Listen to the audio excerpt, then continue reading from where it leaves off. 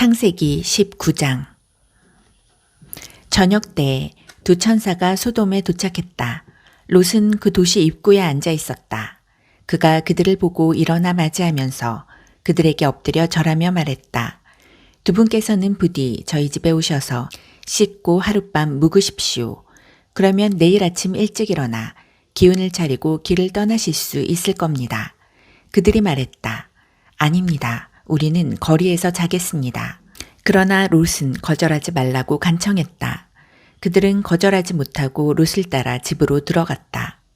롯이 그들을 위해 따뜻한 음식을 차리자 그들이 먹었다. 그들이 잠자리에 들기 전에 소돔의 남자들이 젊은이 노인 할 것 없이 사방에서 몰려와 롯의 집을 애워쌌다. 그러고는 롯에게 고함을 지르며 말했다. 오늘 밤 당신 집에서 머물려고 온 사람들이 어디 있소? 그들을 데리고 나오시오. 우리가 그들과 재미 좀 봐야겠소. 롯이 밖으로 나가 뒤로 문을 닫아 걸고 말했다. 여보시오. 제발 수치스러운 짓을 하지 마시오. 자, 내게 남자를 알지 못하는 두 딸이 있소. 내가 그들을 내줄 테니 그 아이들과 즐기고 이 사람들은 건드리지 마시오. 이들은 내 손님이오. 그들이 말했다. 저리 비켜. 어디서 굴러들어와서 우리를 가르치려 드는 거냐. 저들보다 너를 먼저 손봐야겠구나. 그러고는 롯에게 달려들어 그를 밀치고 문을 부수려고 했다.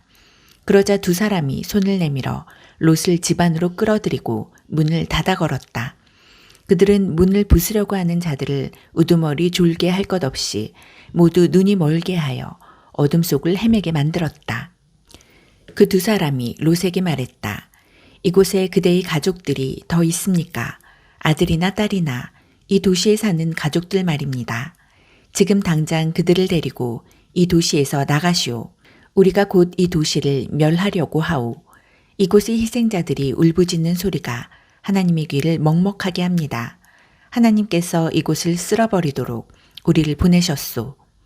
롯이 밖으로 나가서 자기 딸들의 약혼자들에게 알렸다. 이곳을 떠나게 하나님께서 이 도시를 멸하려고 하시네.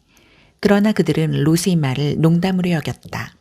새벽이 되자 천사들이 롯을 떠밀며 말했다. 서두르시오. 너무 늦기 전에 그대의 아내와 두 딸을 데리고 이곳을 떠나시오. 그러지 않으면 이 도시가 벌을 받을 때에 멸망하고 말 것이오.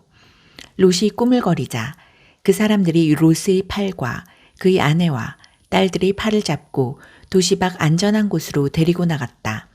하나님께서 그들에게 자비를 베푸셨다.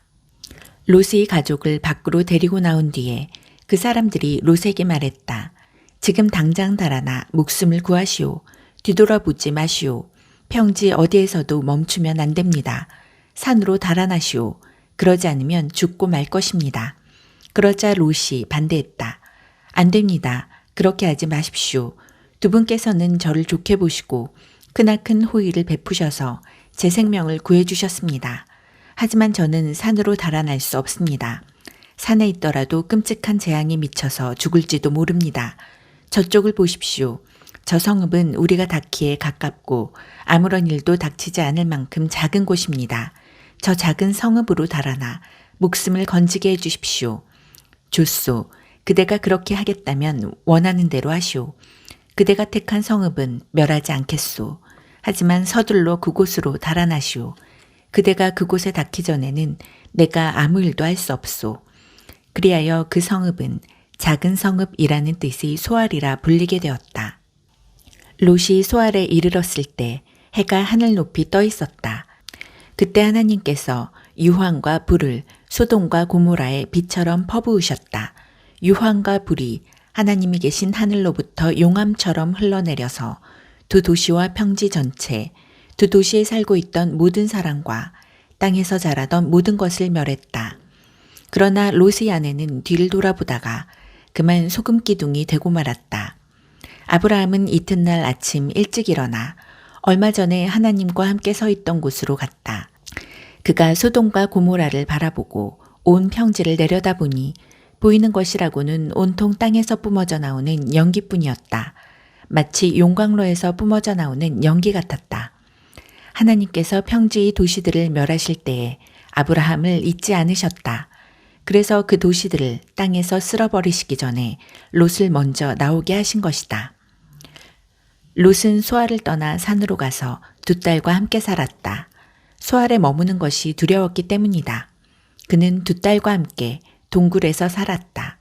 하루는 큰딸이 작은딸에게 말했다. 아버지는 늙어가고 이 땅에는 우리에게 아이를 얻게 해줄 남자가 없구나.